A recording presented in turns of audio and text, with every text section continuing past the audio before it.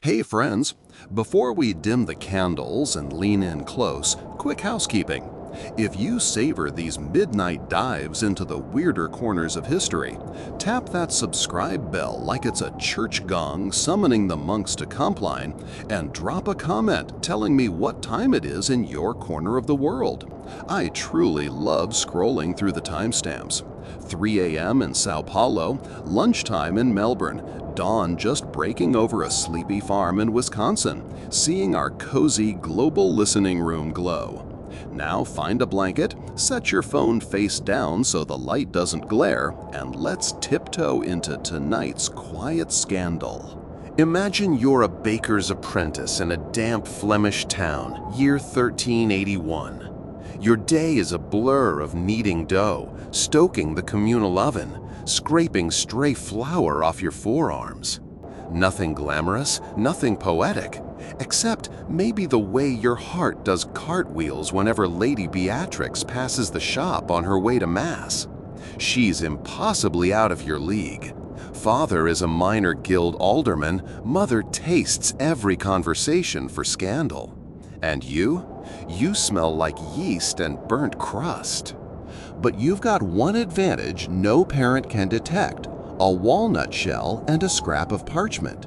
Because medieval Europe, contrary to modern cliches of courtly love poems penned by silk-sleeved troubadours, often relied on far humbler conduits for romance. Forget perfumed letters sealed with wax. That stuff was for nobles with coin to burn. If you were lower or middle class, romance meant repurposing whatever fell into your calloused hands. A broken spindle shard could become a keepsake, the back of a receipt could host a scribbled vow, and a nutshell, small enough to hide in a sleeve, common enough to avoid suspicion, could smuggle forbidden words across courtyards, markets, or castle kitchens. Our journey tonight is all about those nutshell notes: why they existed, how they worked, what risks they carried, and, most importantly, how ordinary people turned them into acts of microscopic rebellion against the rigid social order. Because love letters, like water, always find a crack. First, picture the nutshell itself. Medieval markets overflowed with nuts: hazelnuts, chestnuts, and, significantly, walnuts. They traveled well, kept through winters, and served as afternoon nibble or Lenten substitute for meat. Split a walnut carefully, knife blade twisting along the seam, and you're left with two neat bowls of shell. Scrape out the meat, polish the interior smooth with the corner of a linen apron, and you have something remarkable: a hollow chamber roughly the volume of a modern dice cup, light as a feather, easy to pocket, and, crucially, mundane enough to escape a guard's wandering eye. Of course, carving a message small enough to fit took patience. Scribes had quills and desks. You had a charcoal stub and murky firelight. Medieval script itself was dense, letters looped so tight they practically kissed. On a walnut fragment, barely larger than a fingernail, you squeezed entire sentences by abbreviating every third word, slashing unwanted vowels, or resorting to pictograms. A sprig for garden, a single dot for midnight, two interlocked circles for us. There was no encryption manual. Secrecy lived in shorthand, born of shared jokes and nearsighted squints. Once written, the note curled into a ribbon thinner than a spider web. Slide it into one shell half, lay a wisp of wool over top to stop it rattling, press the halves together, and seal the seam with a brush of rendered tallow. The result? A walnut that looked, weighed, even smelled exactly like the others in a vendor's basket. Only the sender and receiver knew that one of them contained something spicier than protein. But wait, you ask, already tugging your blanket closer, how did messages actually change hands? That's where the markets, monasteries, and pilgrim roads come in. In a medieval town, crowds formed predictable eddies, Morning mass, midday trade, evening ale. Lovers plotted routes like chess masters. Maybe our baker's apprentice stacked fresh loaves near the stall where Lady Beatrix's maid bought rye each Wednesday. With one casual sweep of a bread peel, he could nudge the doctored nut into the basket, paid for along with the grain. That evening, the maid would split walnuts for supper stew, notice the odd seam, smuggle the shell to her mistress, and the chain continued. If church walls could talk, they'd betray thousands of passing glances timed to the clunk of censers and Latin chants. The faithful knelt shoulder to shoulder. Fingertips brushed pews, not skin, but the walnut passed like a liturgy all its own. Comments? Let me know the strangest place you ever hit a note. Yes, even if it was a crumpled chemistry class doodle tucked into a locker. We shouldn't romanticize this too much. Danger gnawed every corner. Literacy hovered around 10% for townsfolk, much lower outside cities. If your beloved opened the shell only to stare at cryptic squiggles, misunderstandings sprouted faster than mold on bread.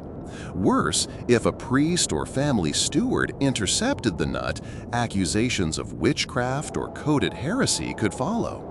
Remember, Europe still simmered with paranoia over secret cults and rebel sects. A shell stuffed with mysterious glyphs looked suspiciously like sorcery. People were fined for less, like wearing the wrong shoe color on feast days. The nuts themselves also posed logistical nightmares. Rats adored them. Nothing ruins a clandestine plan like discovering your heartfelt plea reduced to pulp by a hungry rodent. In monastic libraries, where we'll visit later, scribes stored walnuts laced with camphor purely to distract mice from priceless codices. Lovers had to tuck their conversational nuts high, dry, and ideally somewhere vermin feared. Within iron-studded chests, on rafters slick with soot, or inside embroidered reliquaries already crowded with saintly knucklebones.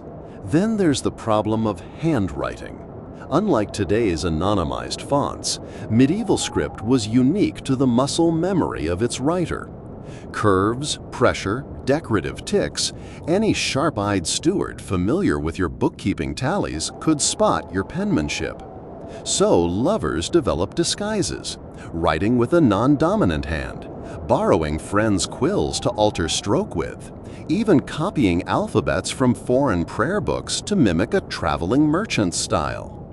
The margins of illuminated manuscripts sometimes show practice rows where novices rehearsed alternate scripts. Historians suspect more than one of those margins served double duty as romance training grounds. If you're still awake, kudos, you're tougher than most of my parchment students. Let's zoom wider. Nutshell notes weren't purely romantic. They carted political secrets in noble courts, smuggled price lists between rival guilds, and traveled with pilgrims along the Camino to Santiago. A pilgrim hostel in Burgos records confiscating a walnut stuffed with hair clippings and numeric ciphers, likely a trove of family charms meant to ward off highway bandits. Once you invent a pocket-sized courier, everybody wants in on the service. Couriers, by the way, hated nutshells. Paid per message weight, they found hamster-sized cargo infuriating. One disgruntled rider in Milan scrawled a complaint that little walnuts escape the inventory like lice. The note survived in city archives, proof that the postal grumbles of 1374 feel eerily like lost Amazon packages today. Let's wander next to the nunnery kitchens, because who perfected nutshell secrecy better than cloistered sisters? Their vow of silence drove creativity. Gardeners left hollow nuts among herb bundles. Scribes tucked them into candle molds destined for the chapel, ensuring the abbess herself would melt a confessional plea into view. Some convent rules attempted to outlaw the practice. St. Clare's house in Ghent forbade unseemly exchanging of kernels. The fact they had to legislate it tells you how unstoppable the habit was. And yes, sometimes these messages led to heartbreak. Some lovers found only rumors of plague waiting on the parchment. Others discovered their walnut delivered a polite farewell. Families arranged new betrothals fast when dowries shifted or livestock died. Because while romance is universal, medieval economies were brutal accountants of love. Imagine cracking open the shell beneath moonlight, expecting a promise, finding instead, "Father sold my hand to a wool merchant in Rouen. Forgive me." The ink smears where tears hit soft. Heavy stuff. Take a breath, maybe a sip of water. If your eyelids droop, let them. The great thing about history is it waits, all hushed corridors and half-burned torches, until you return. Before we pause for the night, picture one last scene. Winter, 1392. A frost-silvered orchard outside York. Two figures meet beneath stripped branches. Instead of kisses, they trade baskets of kindling. Hidden among the twigs, a walnut. Inside the walnut, a single gilded pin. No words, just shining metal. It says, "After Yule, I'm yours." She hides it under her sleeve. It will prick her skin all week, tiny private reminder of warmth ahead. That's the hush we're chasing tonight, the quiet bravery of small things. If your blanket's grown snug and the fire in your mind flickers low, perfect. That's where we'll leave our lovers for now. Hearts thrumming like lutes in the dark, walnut codes spinning between them. The next morning, the baker's apprentice wakes before the cock crows. Palms still tingling from the memory of last night's secret orchards. The town around him is poised between velvet darkness and pearl gray dawn, when chimneys only whisper and even the watchdogs dream. This is the hour when nutshell letters travel best, when streets smell of wet cobblestones and no one is awake to wonder why a flower-dusted boy trenches across the square with a basket that seems much lighter than it ought to be. You follow close, breath clouding, heart steadying to the muffled slap of his boots. He reaches the guild hall well before the clerks arrive, ducks under an archway, and crouches at the base of a rain barrel. Between warped staves, he slides last night's second walnut. This one meant for a journeyman mason whose sweetheart churns butter 2 parishes away. The barrel is the first relay in a chain of hiding spots, collectively known as the Sparrow's Ladder. 7 way stations scattered through back alleys, each watched very unofficially by an apprentice, alewife, or altar boy.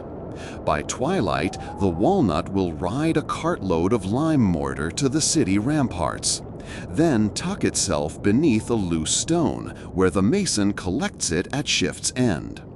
The network is elastic, improvised, and breathtakingly fragile. One loose tongue or one curious cat pawing at a hiding spot and the whole ladder snaps. Yet it works, because every rung is bound by a currency rarer than silver: sympathy. Apprentices pass the shell because they remember spinning in secret after the harvest dance. Alewives do it because their husbands died on campaign, and the memory of a hidden kiss is the last tax they refuse to surrender. Even the altar boy, terrified of eternal damnation, does it because the world beyond the cloister gate is full of locked doors, and a single walnut key feels like rebellion blessed by the saints themselves. Speaking of keys, let's divert down an echoing corridor of monastic ingenuity. Because monasteries, far from being romance-proof vaults, were crucibles of clandestine exchange. Libraries hummed with scriptoria, where parchment rustled like autumn leaves, and the men and women in double houses who copied psalters all day needed little coaxing to experiment with micro-writing. Picture Brother Matthew bending over a wax tablet, carving lines so tiny they resemble the hatch marks on a fish's scale. He isn't drafting scripture, he's compressing a 3-verse poem into 14 characters, each chosen for the shape his beloved Sister Magdalene can recognize. He will scrape the wax smooth afterward so no abbot suspects a detour from duty, then copy the microscopic code onto a strip of vellum so narrow it looks like a white eyelash. That eyelash slides into a walnut, the walnut nestles into a basket of sacramental grapes, the grapes travel to the nunnery for Sunday's Mass, and soon Sister Magdalene is blushing behind her veil, deciphering a love song the size of a caterpillar. Censors tried to stamp it out, of course. By 1420, the Cistercians issued an edict forbidding unnecessary commerce of kernels, noting that such traffic breeds levity among novices. The Dominicans went further, threatening offenders with a week of bread and water confinement. But discipline only sharpened invention. In Avignon, someone discovered that if you boil a walnut in lye for 12 minutes, the shell turns bone white and brittle. Cracked later, it leaves no brown fragments to betray its tampering. Records show abbots complaining of vanishing nuts, unable to prove whether mice, monks, or demons were the culprits.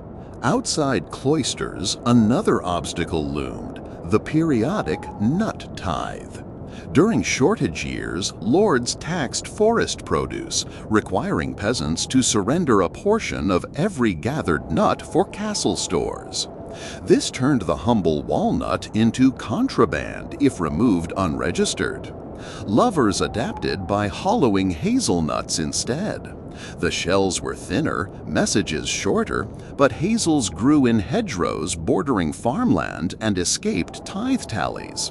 A 1413 manor roll from Warwickshire lists fines for pilfering hedge fruit, a bland phrase masking an epidemic of love letters pried out by suspicious reeves. We might pause here to check the comments section. Seriously, tell me if you've ever smuggled anything smaller than a postage stamp through a place it absolutely shouldn't have been.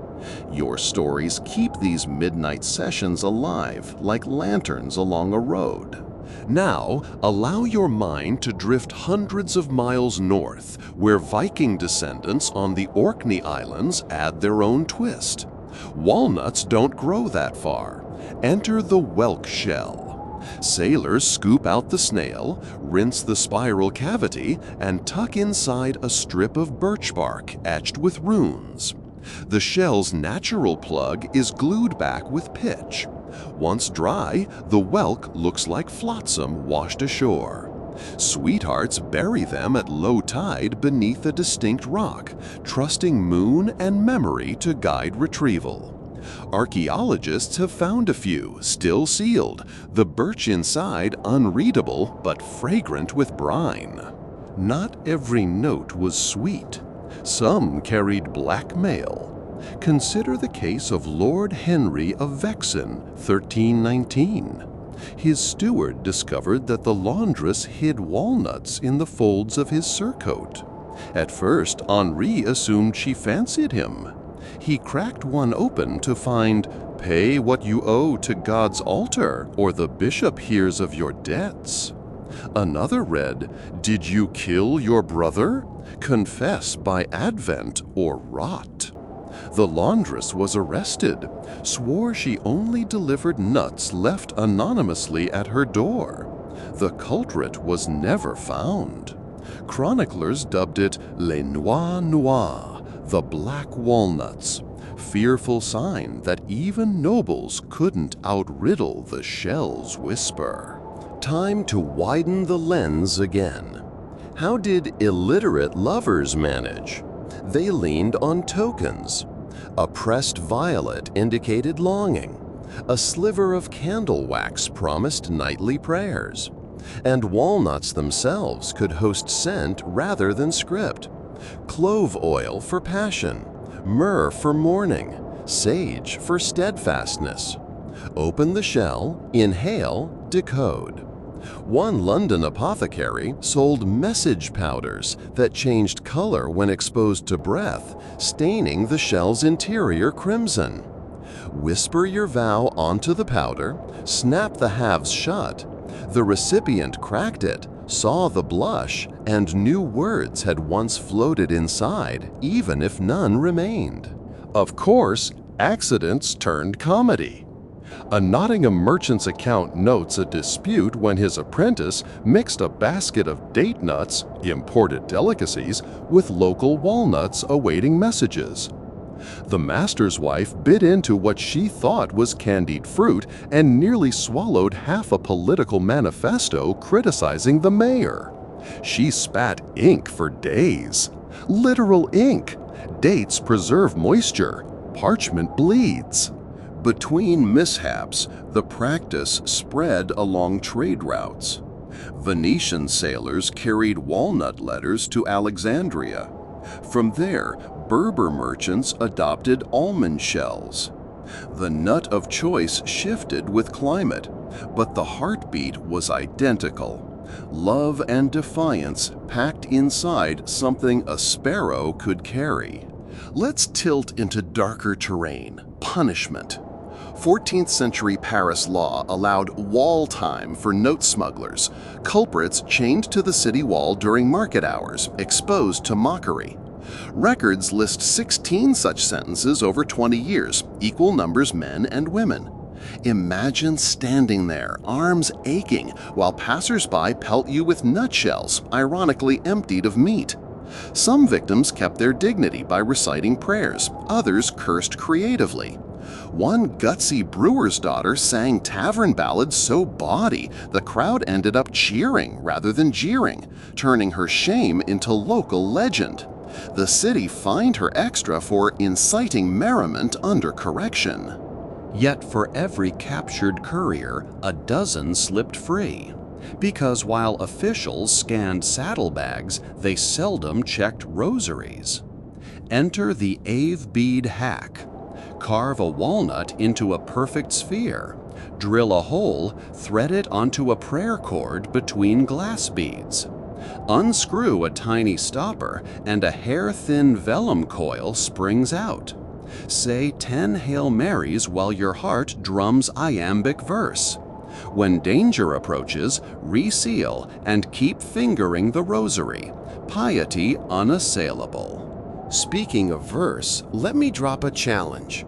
Write a single-sentence love note that could plausibly fit on your thumbnail. Post it below. My favorite earns a shout-out next episode. And hit that like button if your fingers aren't too busy miniaturizing poetry. Back to our baker's apprentice, weeks pass. Lady Beatrix sends word, within a nutshell naturally, that her family will travel to Bruges for trade talks. She begs a token to carry on the journey. The boy panics. He owns nothing fine. In desperation, he whittles a tiny dove from stale bread, bakes it hard in the oven's residual heat, slips it into a shell along with 3 poppy seeds, symbol of dreams. He recruits the sparrow's ladder, but a late frost has sickened half the runners. The chain falters. The token stalls 2 stations shy of Beatrix's glove. Here's where you come in. Yes, you, drifting somewhere between consciousness and slumber. Would you gamble your apprenticeship to cover those last steps? That's the question lovers ask daily, feet already moving before fear could answer. One final tale before your eyelids shut. In 1502, Bologna, a physician cataloged cases of nut-induced palpitations, claiming that the anticipation of reading hidden letters caused dangerous heart rhythms. He advised parents to feed daughters almonds instead, larger shells, harder to conceal. Within a decade, almond love notes outnumbered walnuts 3-to-1 across Emilia-Romagna. The human heart, it seems, will rewrite supply chains quicker than any merchant. And there, dear listeners, candle stubs gutter. Let the bakery's embers fade, the sparrow's ladder rest. Tomorrow night, we'll follow Lady Beatrix's carriage on the perilous road to Bruges, where border guards wield nutcrackers like daggers and coded perfumes linger in silk sleeves. Torchlight flickers across rain-slicked paving stones as Lady Beatrix's carriage rattles beneath Bruges' eastern barbican, and you're riding shotgun, steam billowing from horse nostrils like twin dragons. The gate wardens lift lanterns, eyes narrowed against the drizzle, but they're searching crates for contraband wool, not walnut-sized secrets. In your pocket rests the stale bread dove, the poppy seeds, the slim hope of a baker's heart, all stalled 2 relays back when the sparrow's ladder shivered under frost. You volunteered, because who sleeps when a love story teeters on unfinished? And now your pulse is the drum that drives this tale forward. Inside the carriage, Beatrix counts rosary beads made of jet and prays no customs officer notices the extra, homemade bead shaped from hazel and wax. If he twists it the wrong way, the stopper will pop and parchment will uncoil like a serpent, exposing coded vows. Dream me warm, I dream you safe. She murmurs her prayers louder to drown the rattle of her nerves. Outside, gilt banners slap the wind, red for dyers, blue for weavers, yellow for coopers, colors so vivid they feel like waking dreams after the dusky monochrome of the road. The city smells of wet hemp, river mud, and cinnamon leaking from tavern doors. Your first task, deliver the bread dove without raising eyebrows among Beatrix's chaperones, 3 ants sharp as tailor's shears. They'll watch every servant approaching the carriage, but they're less wary of messengers from the Guild of St. John's Infirmary, because the sisters often send herbal balms for travelers' swellings. Perfect. You duck into a side street, swap your cloak for a borrowed infirmary tabard, and sprinkle the dove with a dusting of dried chamomile to mask the scent of oven crust. Will the ruse hold? Only if you walk like you've changed bedpans for a decade, slow, shoulders rounded with dutiful fatigue. While you maneuver, let's widen our lantern beam to other courier tricks blossoming across Europe, because nothing breeds creativity like forbidden affection. In Prague, glassblowers fuse hollow marbles the size of peas, each harboring a rolled vellum sliver. Hand a lover a rosary strung with those beads, and they literally pray through paragraphs. Along the Dalmatian coast, pearl divers trade cuttlefish bones carved flat and inked with love knots, then baked until chalky white again. A dip in lemon water later, the script blooms black as midnight, alchemy of secrecy and citrus. And in Moorish Andalusia, orange rinds are flayed paper thin, inscribed, coiled into cinnamon sticks, and resealed with clove heads so convincing that inquisitors sniff spice instead of suspicion.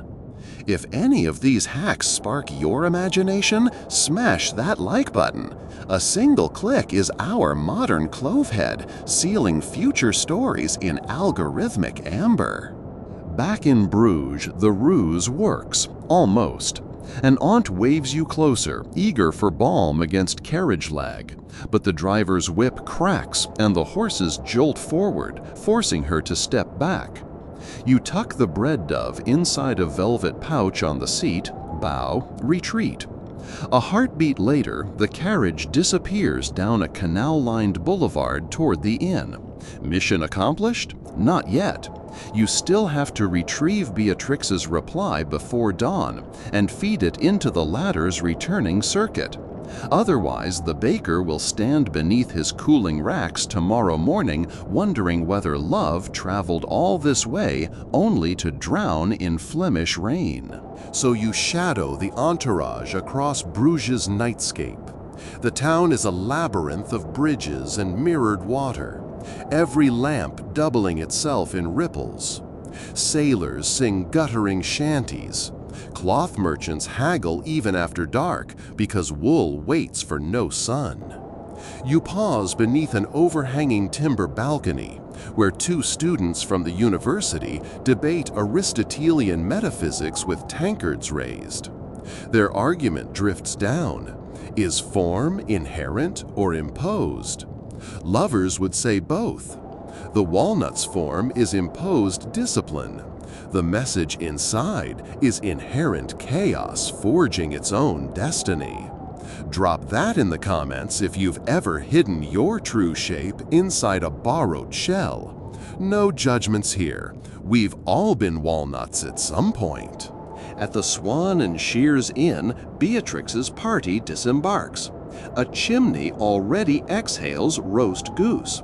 Stable boys unhitch the horses. You slip around back, locate the kitchen window, and watch steam fog the panes while scullions slice onions into moons.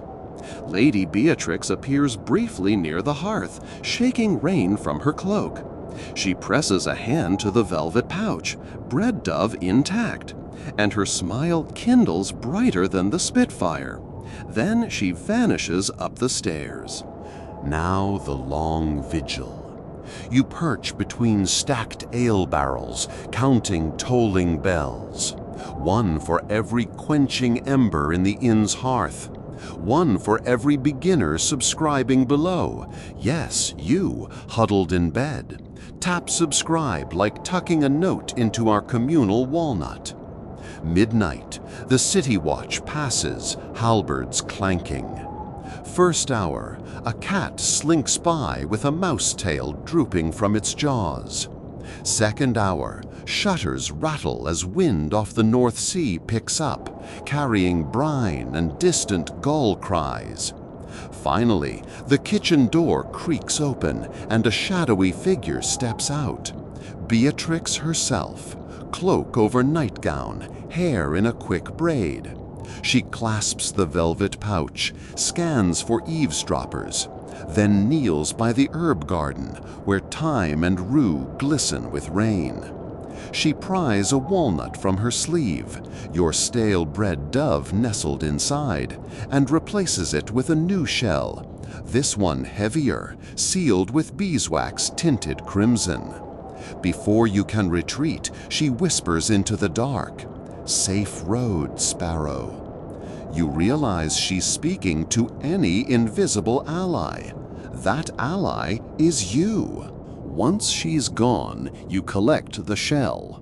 Crimson wax means urgency, but also a trap. Some lovers coat their seals with powdered glass, so a rough crack will shred fingers and message alike. You roll it against your ear. Faint slosh? Unlikely. Could be a scent letter. You decide to wait till you reach a lamplight to crack it gently. Rule number 7 of covert note work, scribble this in your dream journal, never open a shell while adrenaline thrums. Shaky hands equal shattered evidence. The return journey proves thornier. Bruges maintains curfew. Gates lock until sunrise. Yet poppy seed promises fade with daylight. You must exit before the city stirs. Solution: the Beguine tunnels. Bruges hosts a community of lay religious women who run alms kitchens. Beneath their compound lies an old grain drain that slips under the wall to orchard fields. You barter 2 silver studs from your cloak for passage. Inside the tunnel, candle stubs glitter like fallen stars, and the air reeks of spilled ale and wet stone. The Beguine Guide quotes Psalms, but changes the subject when you ask her name. Anonymity is the tax for safe transit. Halfway through, she pauses, lifts a pouch of walnuts from her habit, and tosses one at you with a knowing grin. He's in Ghent. Tell him I still sing the night prayers. Before you can answer, she's vanished down a side passage. You tuck the shell away. Another debt on the latter ledger. Outside the walls, dawn bruises the horizon peach gray. You crack Beatrix's walnut carefully with a herb knife. No powdered glass, just a folded square of fabric so thin it could be onion skin. Unfurl it to reveal cross-stitched letters in cardinal thread, a single word, anchor, followed by a stitched compass rose pointing southwest. You inhale. The cloth carries myrtle and mint, herbs of fidelity and courage. Anchor, compass, southwest. A code? Maybe she's pledging to hold steady while the baker sails new opportunities, or signaling a rendezvous at the Anchor Inn along the Southwest Quay. You scribble possibilities on your cuff, but the sun climbs and you've miles to cover. Sling the word against your heartbeat and run.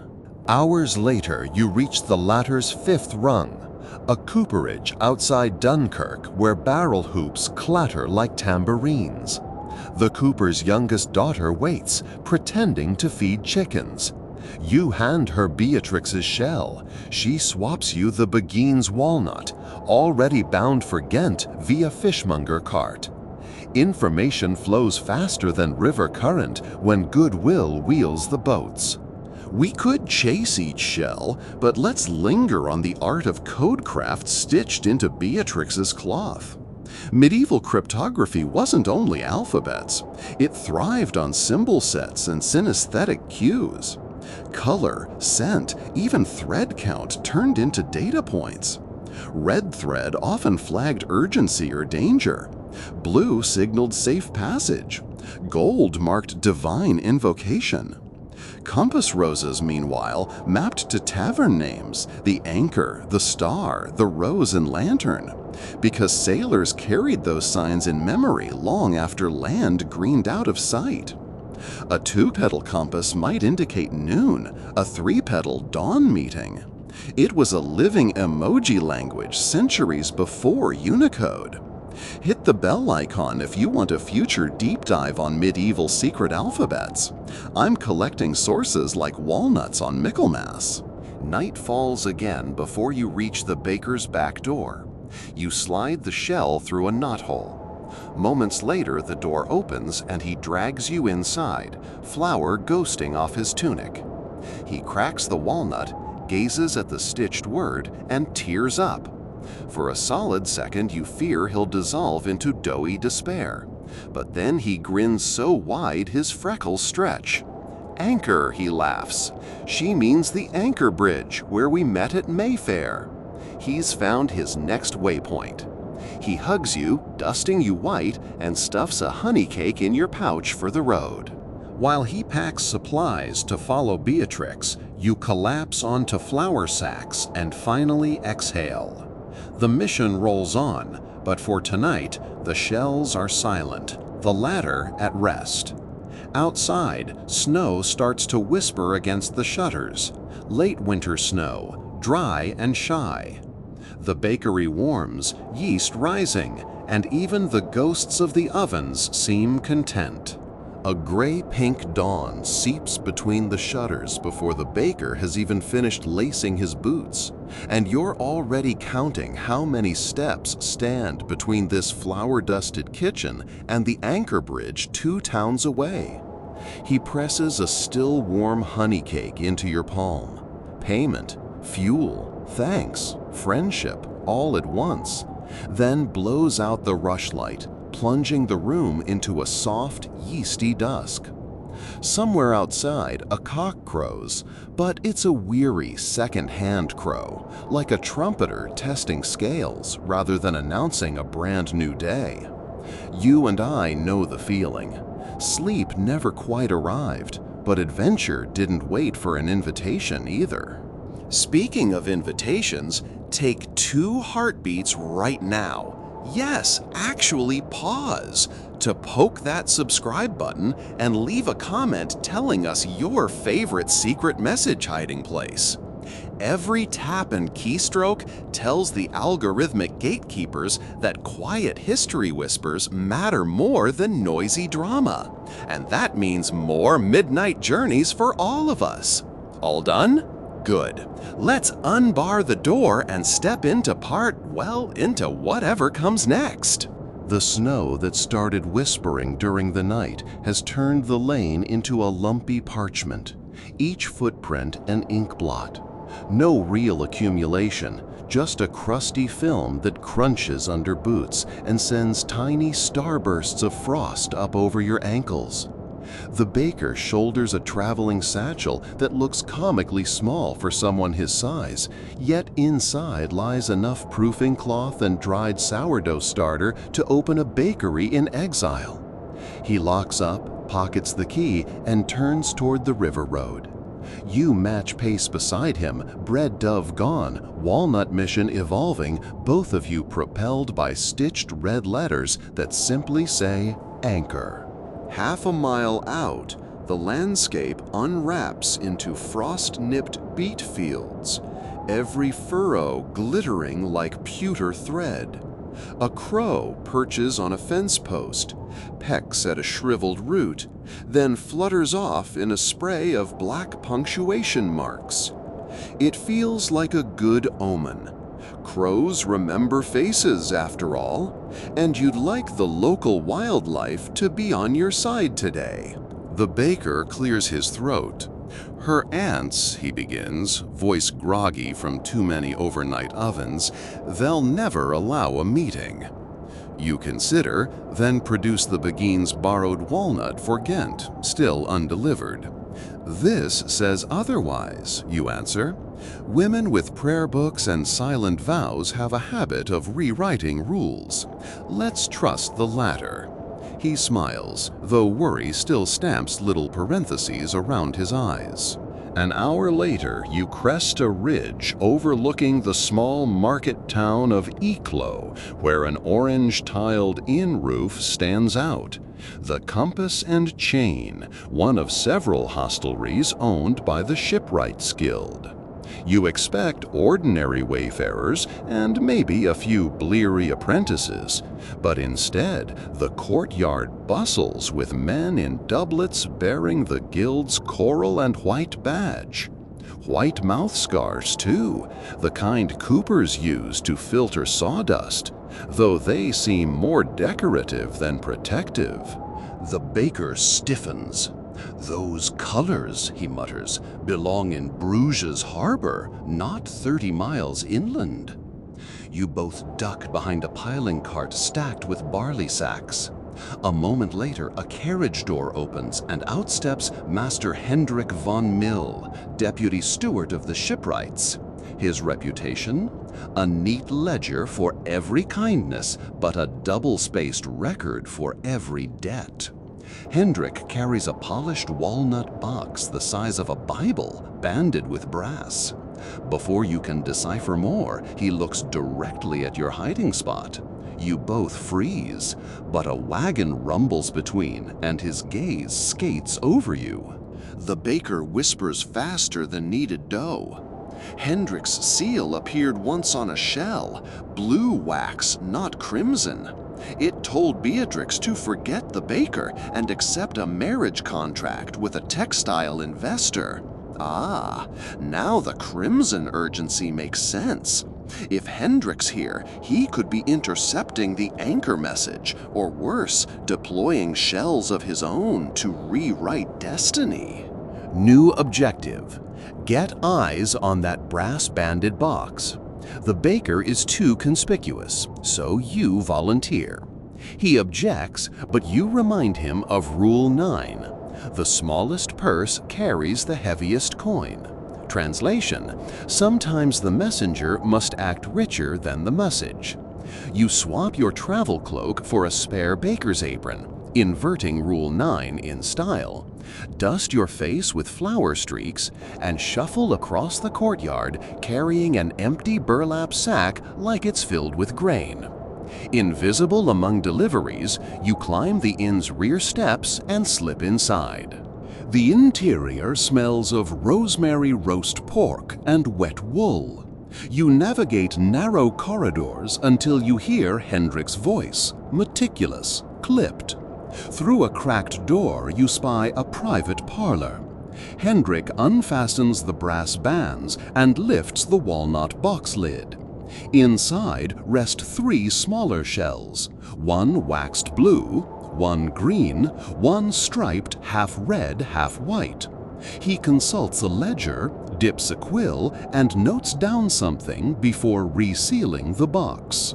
Time to improvise. You slide into the kitchen, snatch a pitcher of ale, and saunter back to the parlor doorway, playing demi-servant.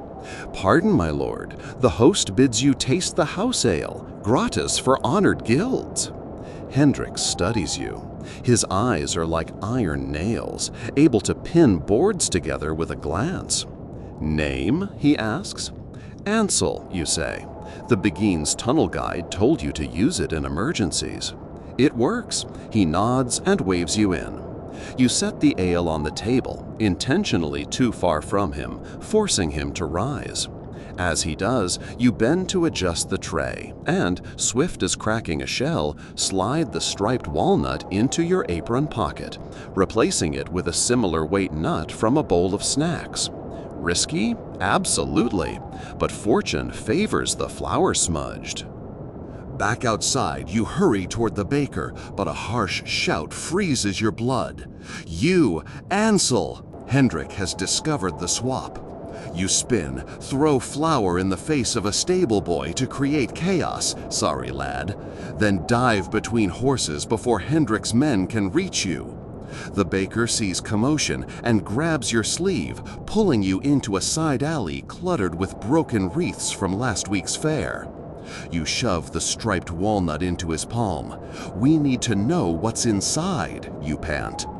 He retrieves his pastry crimper, sharper than any dagger when jealousy is the dough, and gently scores the wax so it peels without cracking the shell. Inside, parchment strips, not 1, but 2, woven like basket reeds. The first strip bears Hendrik's copperplate. "Anchor bridge at vespers. Show cloth. Gain dowry. Erase debts." The second, penned by someone else in green ink, "Bring the shell. The kingfisher waits until twilight." A second conspirator? The baker's knuckles whiten around the parchment. If he means to buy her hand, he'll ruin her reputation with clandestine meetings. We can't allow it. But you notice something subtler. The word kingfisher underlined thrice. Ornithological codes often indicate a double bluff. Kingfishers dive under reflection to find truth. A hint that the message might call Hendrik to a decoy rendezvous. Could Beatrix be stringing him along to buy time? Or is someone manipulating both lovers? Either way, you must reach the Anchor Bridge before Vespers. A carriage would be fastest, but Hendrik's men have commandeered most. Instead, you borrow 2 sturdy tanner's ponies and follow the canal towpath, hoofbeats muffled by snow slush. The baker rides awkwardly. He's more comfortable guiding dough than reins, but determination straightens his spine. Mid-journey, as willows swipe at your cloaks, he asks softly, "Why risk so much? You could have stayed in the bakery." You shrug. "Because stories perish without couriers," you say, "and couriers perish without stories." He laughs, a deep sound like oven doors slamming shut, and the ponies pick up pace. By late afternoon, The bridge's silhouette emerges, a timber span arched over a narrow bend of river, its support piles crusted with ice. On one bank stands a warehouse branded with an anchor emblem, now shuttered for winter repairs. A single lamp burns above the door, guttering in the breeze. It's early, Vesper's bell hasn't rung, but a cloaked figure already waits at midspan. Slender, posture erect? Beatrix? No, the height is wrong. You signal the baker to stay back while you approach, walnut hidden in sleeve. The stranger turns. It's one of Beatrix's aunts, and Isabel, the sternest. She eyes you like raw dough she doubts will rise. "Courier," she says, no greeting, "you meddle beyond mandate." Her hand emerges, holding a walnut of her own, waxed in plain beeswax, uncolored. "Deliver this to Hendrik. Tell him Beatrix accepts no dowry earned through coercion." She thrusts it forward. You hesitate. "And if I refuse?" you ask. "Then Beatrix's journey ends at convent, and your baker bakes bread for ghosts." She spins on heel and strides away, cloak billowing. You crack the aunt's walnut right there on the bridge. Damn the ultimatum. Inside is a blank parchment painted with dissolved lead salts. Invisible ink. Heat will reveal the message. You pocket it for later and signal the baker. But before he can join you, hooves clatter. Hendrik's carriage barrels down the road, flanked by 2 riders. No time for stealth. You shove the striped walnut back into sleeve and walk toward them. Hendrik dismounts, iron nail eyes scanning. "You again." His voice could rivet hulls. You hold out the striped shell. "From the Kingfisher," you say. He takes it, inspects wax. Still striped, but replaced nut inside, likely empty. He cracks it, finds empty shell. Face reddens. "Where is the parchment?" he growls. "With the river," you lie smoothly, nodding to icy current below. An audible tooth grind. He signals guards, but just then the Vespers bell tolls from a distant church. The sound rolls like slow thunder. Hendrik turns back downriver, shouting orders to scour both banks. In the confusion, the baker emerges, grabs your elbow, and you both slip behind the warehouse. You light a sliver of candle under a tarp to warm the aunt's invisible parchment. Words bloom gradually. "Anchor bridge. After dusk. Baker must stand beneath north lantern alone. Confess feelings. Freedom follows." It's Beatrix's hand, the loops in her wise unmistakable. The aunt was a conduit, not a warden.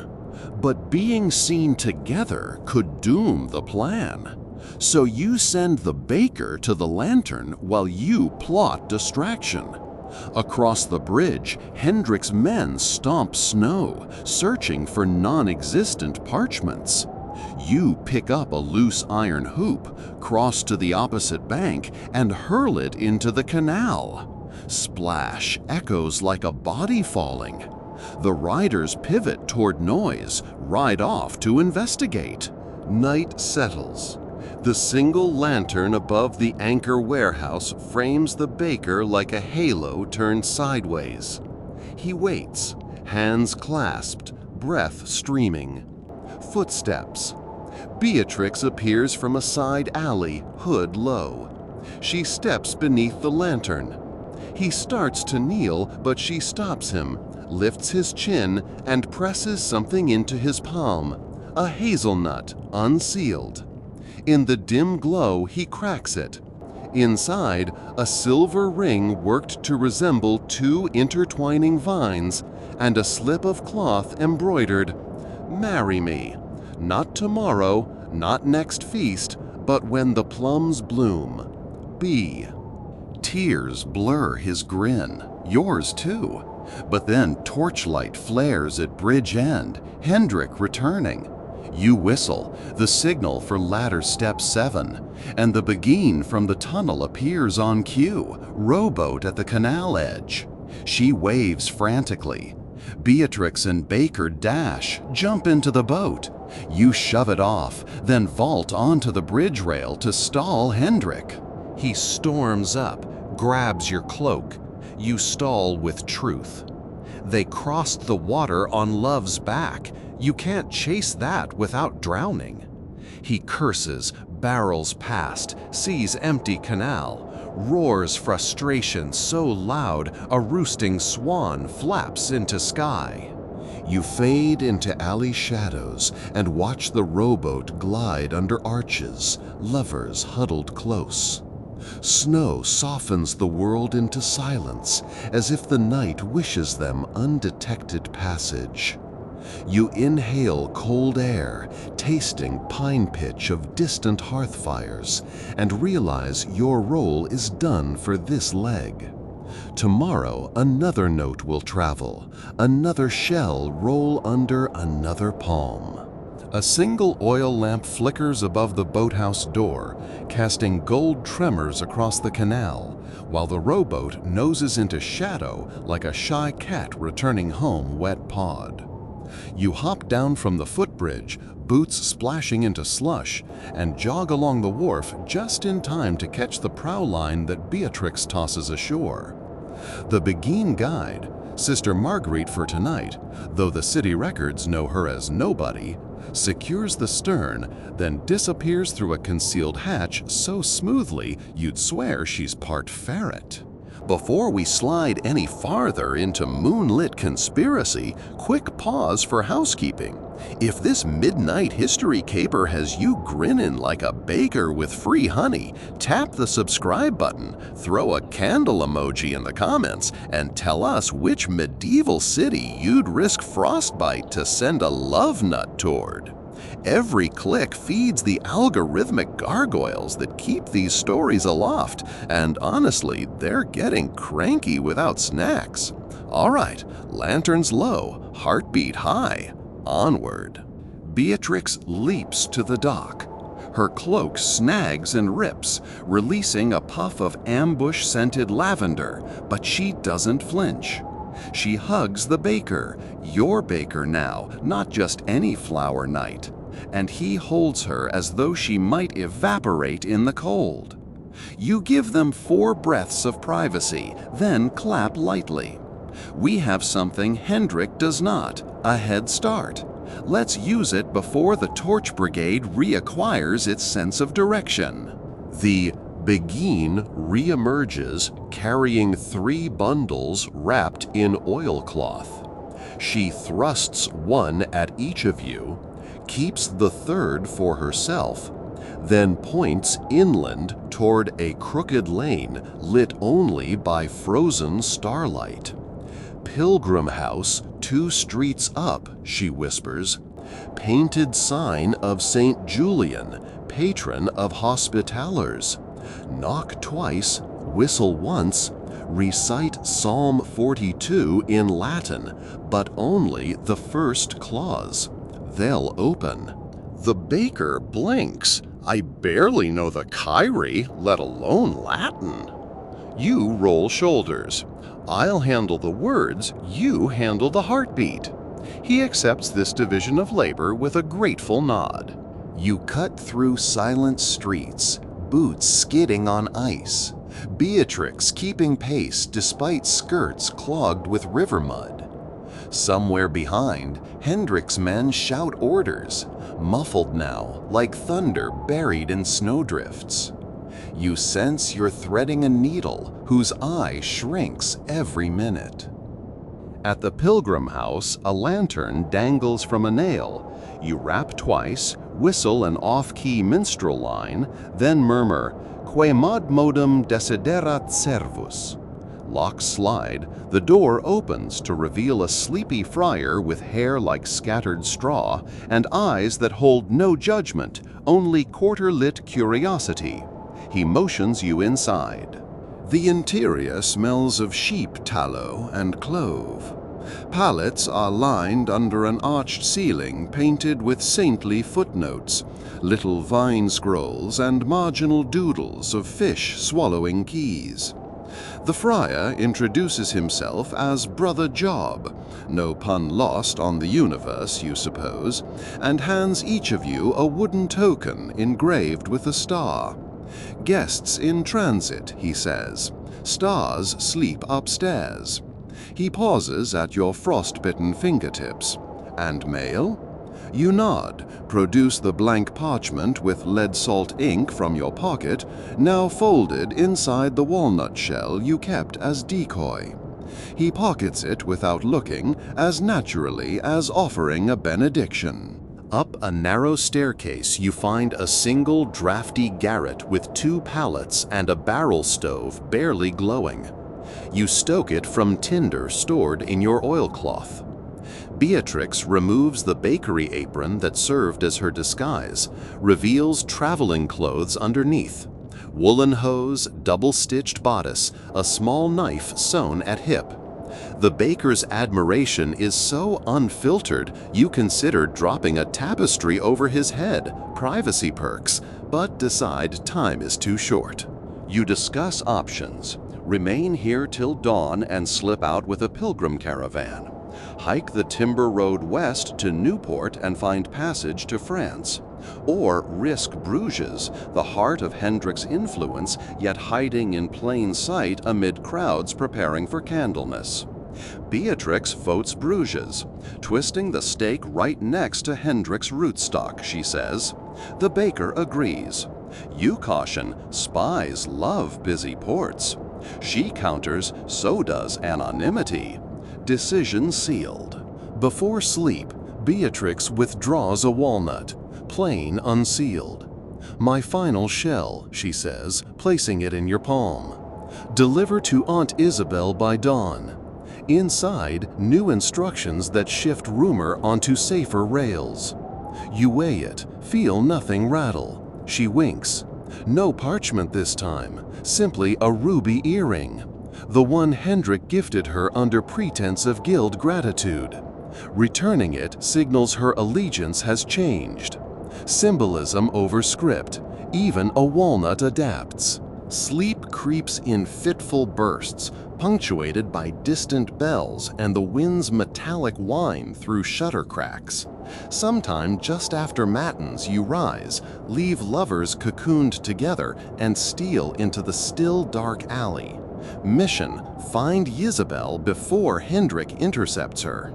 The city feels hushed, expectant. Snow dusts every sill like a layer of unmilled flour.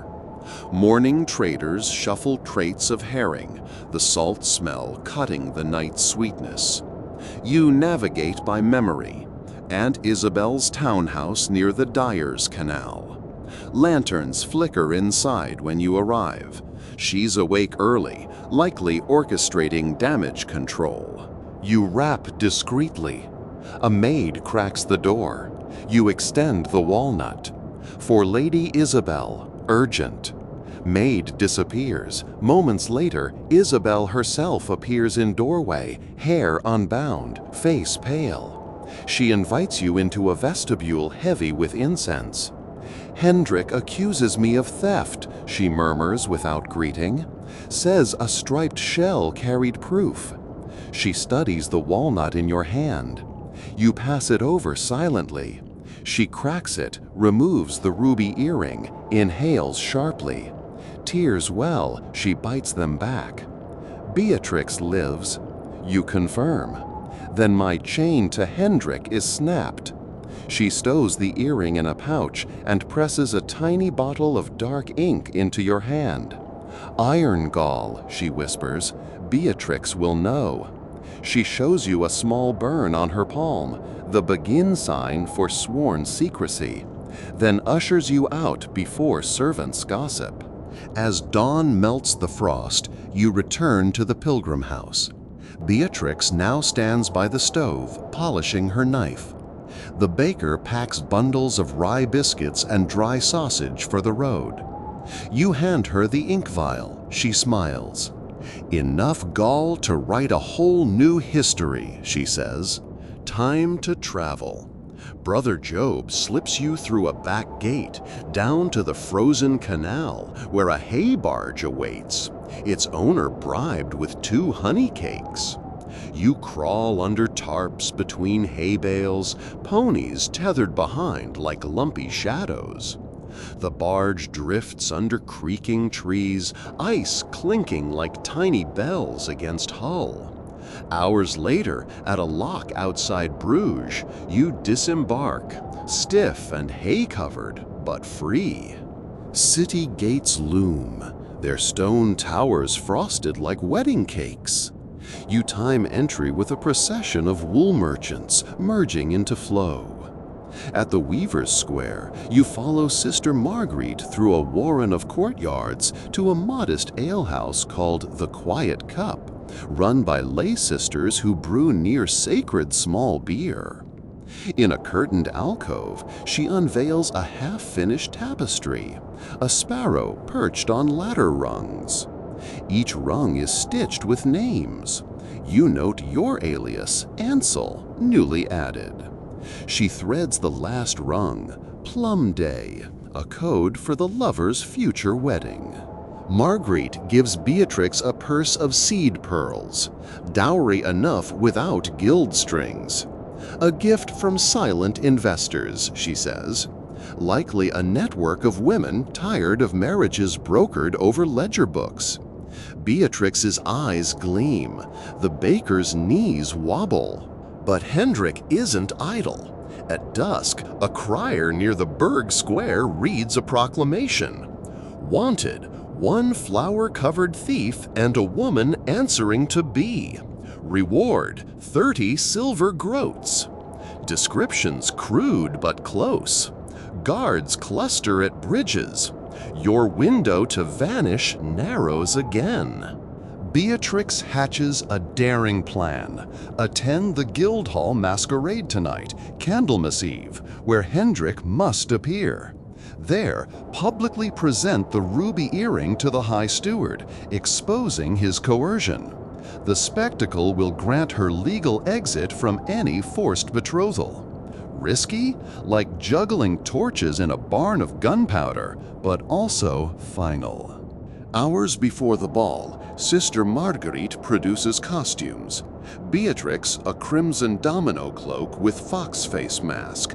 The baker, a simple charcoal juggler's outfit. You, a livery of the city watch, borrowed from a sympathetic guard.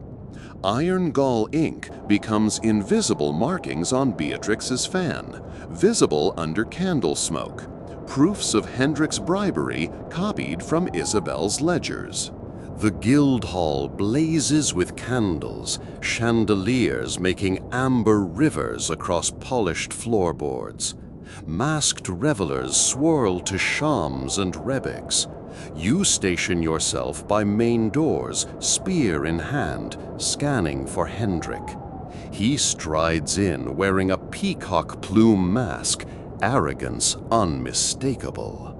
Mid-dance Beatrix glides to the dais, fan raised. Candle smoke curls. Hidden ink words glow faintly. Dowry forged, consent falsified. Gasps ripple. Hendrik lunges, snatching the fan. But the High Steward, an austere man fond of theatrics, intercepts. Reads the glowing glyphs, then motions guards. Hendrik sputters, protests sabotage. The steward lifts the striped walnut you'd swapped earlier, now filled with sawdust, holds it aloft as evidence of deceit. Pandemonium erupts. You seize the moment, whisk Beatrix and Baker out a side corridor as Hendrik is escorted to antechamber for questions. On the quay, Sister Marguerite waits with a covered wagon. You load supplies, replace masks with cloaks. The wagon trundles away, heading south to Lille, where a sympathetic bishop will marry them discreetly at first bloom of plums. You ride escort until city lights fade behind. At dawn, in a meadow rimed with frost pearls, the trio halts. Beatrix turns to you. "Courier," she says softly, "do you ever carry your own heart in a nut?" You chuckle. "Too fragile. I prefer letters." She hands you a walnut anyway, sealed in plain wax. "For when you meet someone worth cracking walls for," she says. You pocket it, promise to guard it. You part ways at a crossroads marked by a leaning oak. They guide wagon westward. You watch until they disappear into sun-kissed mist. Then, alone, you open the walnut, curiosity winning. Inside, a scrap of tapestry thread, plum-colored, and a single word: soon. Maybe they mean the wedding, maybe the next assignment. Either way, you tighten your cloak and turn east toward the distant clang of city gates and the whisper of fresh messages waiting to hatch. The moon has already traded its silver for a pale bronze, that uncanny hour when owls consider a second supper and bakers debate an early start. You, meanwhile, are sprint limping down a frozen cart track somewhere north of Arras, boots too thin, lungs burning like parchment pressed to a brazier. Every heartbeat drums the same refrain: keep moving or the plan dies. Let's pause only long enough for our nightly pact. If this clandestine courier saga keeps your eyes wide and your pillow proud of its insomnia, smash that subscribe button like a tavern door during curfew. Drop a walnut emoji in the comments, our unofficial badge of shell-born secrets, and confess what absurd object you'd use to pass a love note if quills and paper vanished tomorrow. That little nudge tells the algorithmic gatekeepers to lower the drawbridge for more restless history lovers. All set? Cloak tight, story tighter, forward. Wind tears across the plateau in bitter slices, humming through coppiced willows. You clutch the plum-colored thread Beatrix left you, your talisman, or maybe leash, and replay her final instruction. Meet Brother Rayner before Matins, ruined priory of St. Brigida. He'll deliver the next shell. Simple on parchment. Less simple on numb feet, with hounds surely not far behind. The priory appears at last, a cluster of roofless arches like rib bones laid bare against the dawn. Everywhere you look, stone griffins stare into nothing, and ivy strangles old columns. You duck through a shattered transept window and almost collide with a man kneeling in the nave. Brown habit, patched at the elbows, frost on his tonsure like early halo. Brother Rayner. He doesn't rise. Instead, he lifts a hand, palm outward, the Beguine burn mark visible even here. Words ride vapor. You carry the sparrow's twig? You produce the thread. He nods, draws from his sleeve a hazelnut this time, striped with red wax and smelling faintly of rosemary. He presses it to your palm, closes your fingers around it. Run south, he murmurs. 3 leagues to Lens. Seek the sign of the blackboard. Give the nut to the chalk seller. Then rest. You begin to thank him, but freeze as torches flare beyond the lancet arch. Hoofbeats. Hendrick's men arrived faster than dread.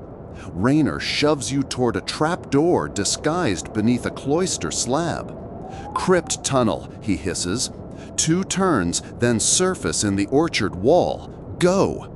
He turns to meet the intruders, chanting the invitory as though he actually is finishing matins. You drop through the trapdoor into breath-numbing darkness. Your flint sparks. The brief light reveals a corridor no taller than a child, slime on brick, air gravid with the scent of centuries. You crawl. Once, twice, you think you hear pursuit above, the scrape of boots, a barked order, but the tunnel swallows every sound like a miser swallowing coins. At the second turn, daylight needles through a fissure. You shoulder a loose brick, tumble into orchard loam under thorny pear trees. Rats scatter. You right yourself, wipe crypt mud from cheeks, and, because habits die last, check the hazelnut, intact. The road to Lens is a ribbon of frozen mud, sun now wrestled halfway up a pewter sky. Farmers pass in silence, pushing sledges of frozen beet. Nobody notices you, but paranoia drapes your shoulders heavier than any cloak. Each milestone you scrape the wax with fingernail, just to feel the shell's ridges, confirm it's real and not dream residue. Lens appears by noon, a town wrapped in smoke from charcoal pits, all black roofs and steeples jagged as broken teeth. Locating the sign of the blackboard is easy. The shingle literally is a child's slate, chalked daily with a fresh proverb. Today's reads, "A locked chest invites a clever crow." Under it, a stall sells lumps of chalk, slate shards, and, curiously, dried lavender bundles.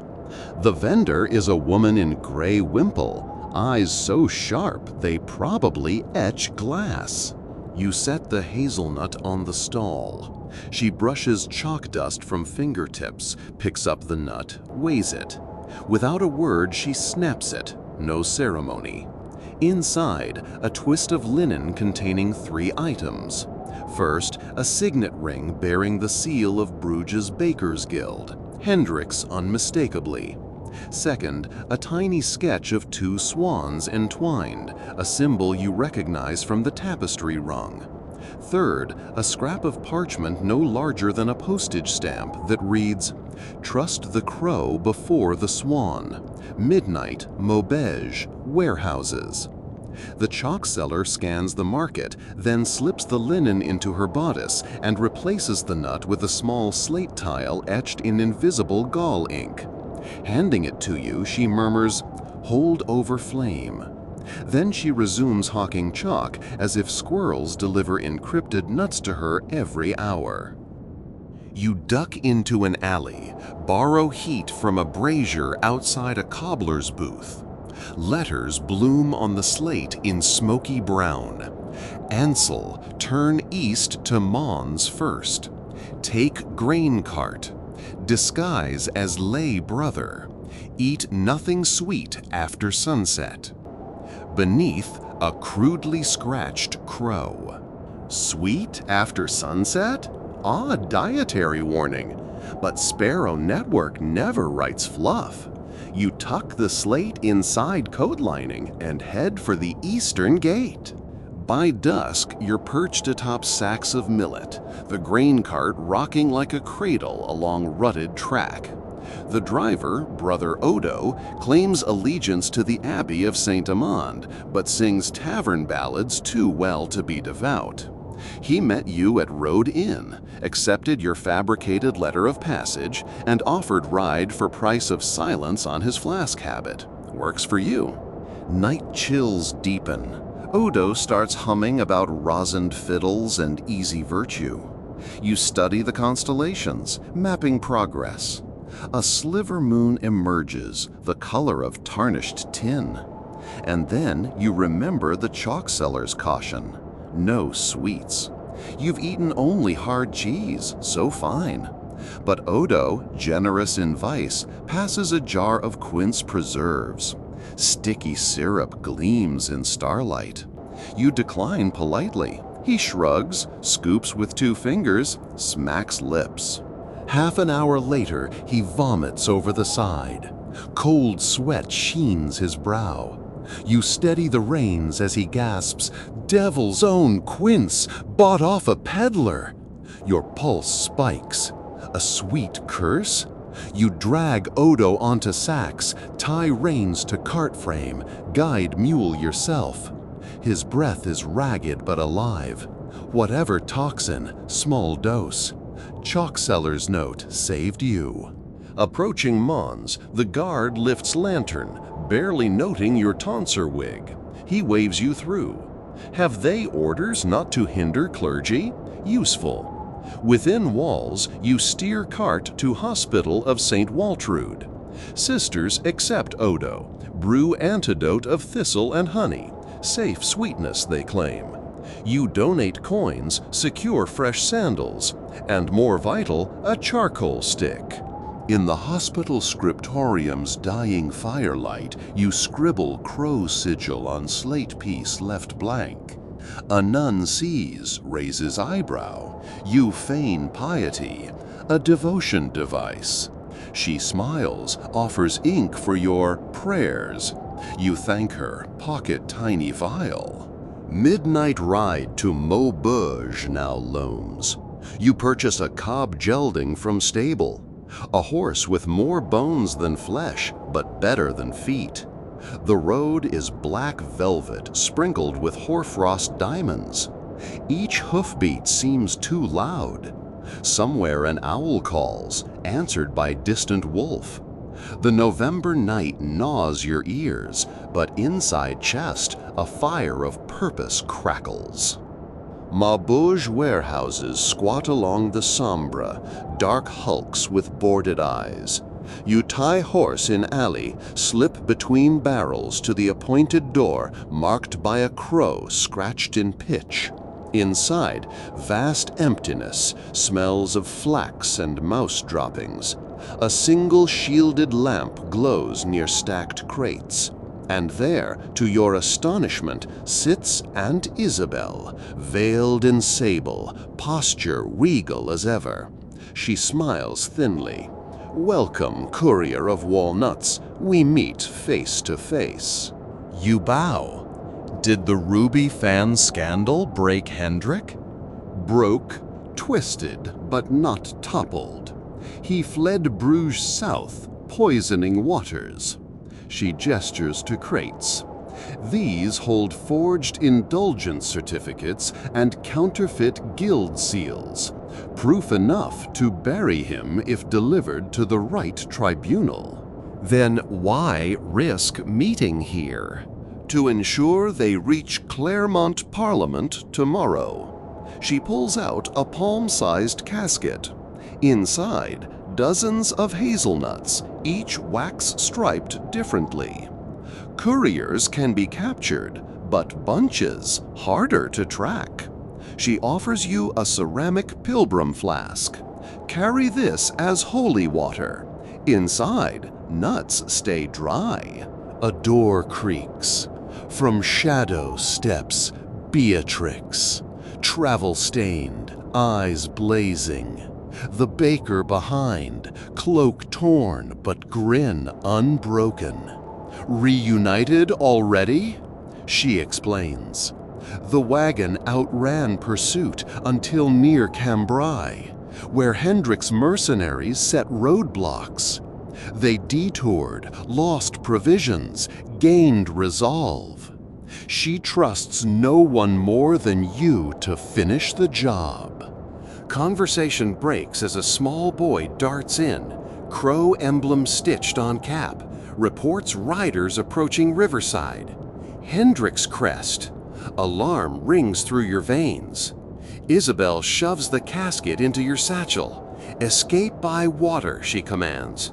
Old mill sluice still flows under warehouse into canal. Narrow, but the boy can guide. The boy, Jean, leads you to trapdoor. You, Beatrix, Baker squeeze down ladder into a tunnel where water laps ankles. Lantern in hand, Jean navigates moss-slick ledge to iron grate. He produces a key longer than his forearm. Who trusts a street urchin with such iron? Begin network, obviously. Gate opens, cold water up to shins. You wade, clutching satchel above head. Behind, boots clatter in warehouse. Hendrick's voice echoes fury. Down in tunnel, sound carries like drums. He knows the sluice. You urge party forward. Tunnel shrinks until only crawling possible. Satchel jams. You twist sideways, scraping knuckles raw. Beatrix shoves Baker ahead, then pushes you by shoulders. Water now waist deep, current tugging. Then you burst into open canal beneath wharf pilings.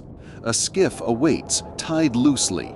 Jean jumps aboard, grabs oars. All scramble in. You sever rope with knife. Skiff drifts into channel, moon overhead. Torches flare on dock. Hendrick arrives, wheezing rage, crossbow in hand. A quarrel slaps water yards away. Jean rows feverishly. You use cloak as sail in faint wind. Distance widens, torches shrink. Soon only night. Safe? Temporarily. Jean takes you to a weir where locks channel water into Meadow Pond. Another courier, this time an elderly washerwoman, waits with donkey cart and hay bed. Nuts transfer. She smiles toothlessly. Clermont by vespers tomorrow. Off she trundles.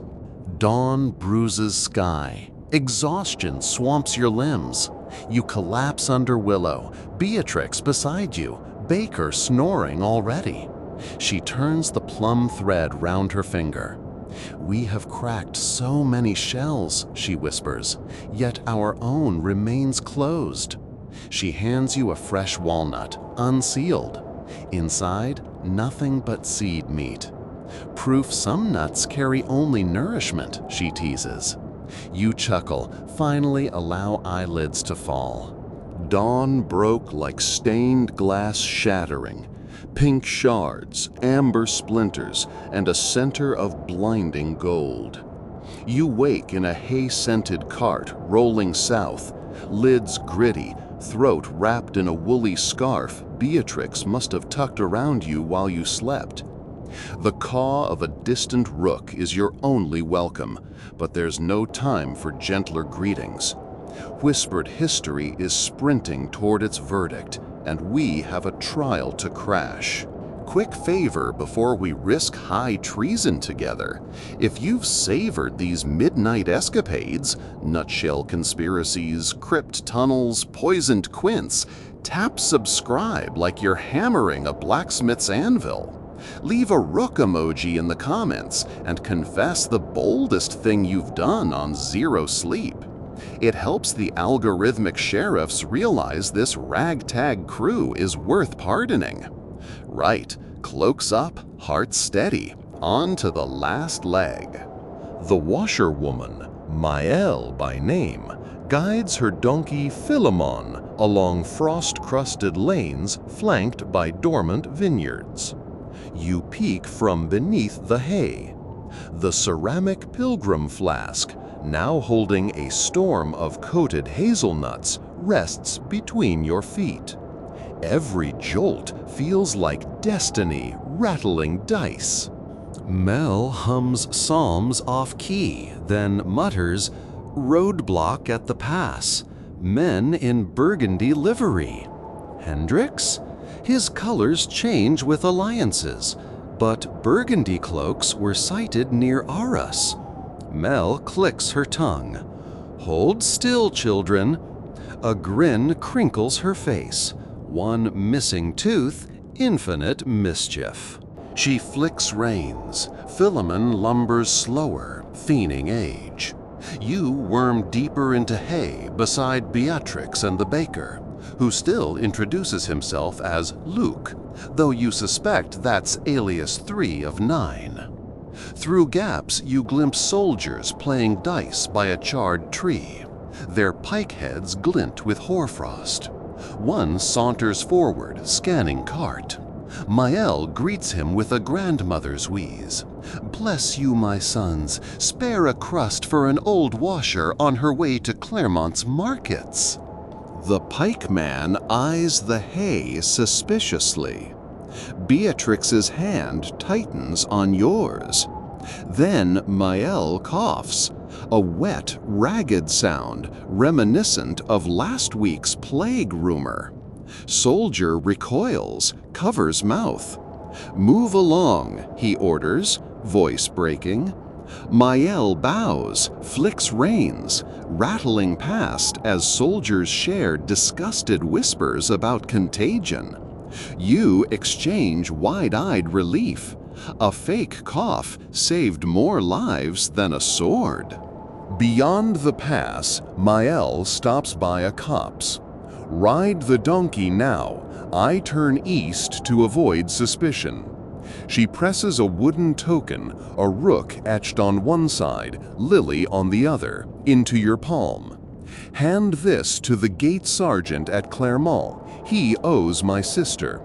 Then, voice turning iron, deliver those nuts. Truth is starving. You, Beatrix, and Luke mount Philemon in turns, trudging across rolling farmland that smells of thawing earth. By midday, the spires of Clermont encircle the horizon like a crown of dull pewter.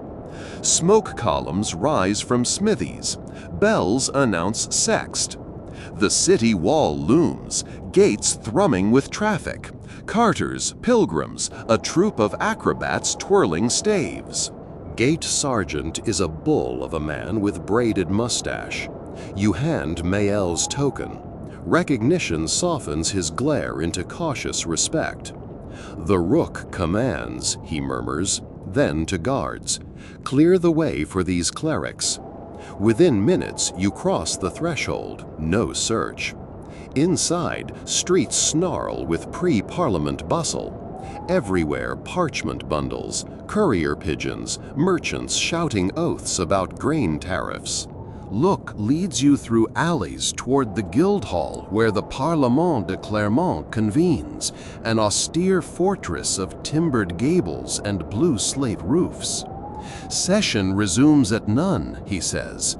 We must slip the proof to Councillor d'Aubigny, only honest man in that nest of ravens. D'Aubigny's clerk attends Mass at Saint-Pierre right now, Beatrix adds. We pass through the cloister garden. A brass clock strikes. You split. Luke circles to find disguises. You and Beatrix hustle toward Saint-Pierre.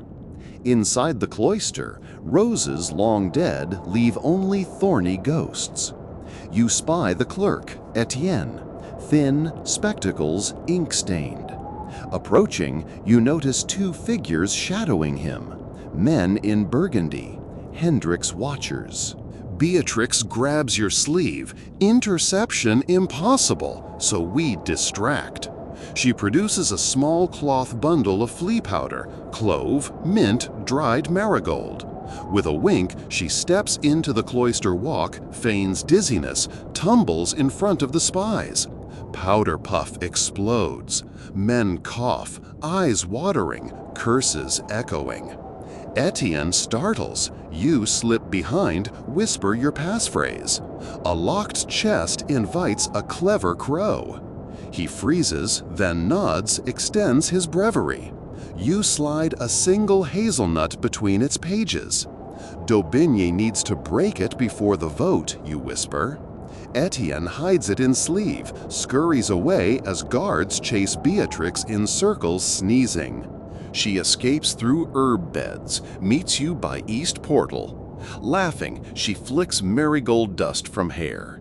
Eyes red, perfect for penitence, she jokes. You pull her close, gratitude unsaid. Hours stretch like tallow. None of you dare approach Guildhall until d'Aubigny signals. You hide in Boar's Head Tavern, nursing bitter ale. Luciac pores over false indulgences, ensuring seals match ecclesiastical wax compositions. Beatrix drafts summaries on torn paper, translating crimes into plain French for magistrates. Outside, church bells ring none, vespers, then compline. Parliament session drags into moonrise. Finally, a knock. Etienne, breathless. Counselor requests entire dossier immediately. He convinced 2 barons to read evidence in plenary, but Hendrik supporters might seize anything you carry. Luke bundles the forged seals, indulgences, and the ceramic flask of nuts into a cloth satchel. You volunteer to escort. Etienne leads via back lanes to Guildhall's scriptorium door, guarded by heralds in ermine hoods. He presents clearance scroll. Inside, hallways hum with candlelit urgency. Scribes run like ants, parchment piles mountainous. Daubigny appears, a hawk-eyed elder with stooped shoulders but fierce stride. He ushers you into a private chamber lined in tapestries of St. George. You unload proof onto oak table. He cracks 2 hazelnuts, reads micro-scrolls, face whitening. This implicates nearly half the grain syndicate. He opens ceramic flask, counts 30 nuts. These must reach High Chancellor's hands before dawn. He sighs. But Hendrik's assassins rove these corridors. I can't move freely. Solution forms. We'll scatter delivery, you say. Send each nut with separate child chorister after midnight mass. Hendrik can't trace 30 messengers. Daubigny smiles. First time in years, perhaps. Etienne fetches choir boys. Luke and Beatrix inscribe initials on nutshells matching each counselor. Midnight mass ends. Boys depart in 2s, pockets clinking gently. You accompany 3 to ensure safety. Stone corridors echo with Gregorian chants fading.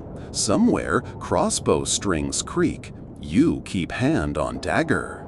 Near the Chancellor's antechamber, shadows detach, Hendrik's men. You order boys to run. They scatter, monk's sandals slapping. Daggers flash. You parry one slash, shove attacker into tapestry pole, fabric collapsing. Another swings mace. Beatrix arrives from nowhere, smashes pewter candlestick into his temple. Luke tackles 3rd thug, wrestling until guard patrol hears commotion and arrests all of you indiscriminately. Dungeon beneath Guildhall smells of damp ink and despair. Chains clamp wrists. You sit on straw while a jailer mumbles about paperwork backlog.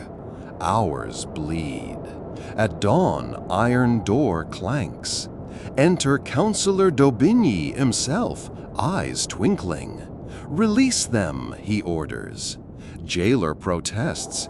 Counselor unfurls parchment stamped with royal fleur-de-lis.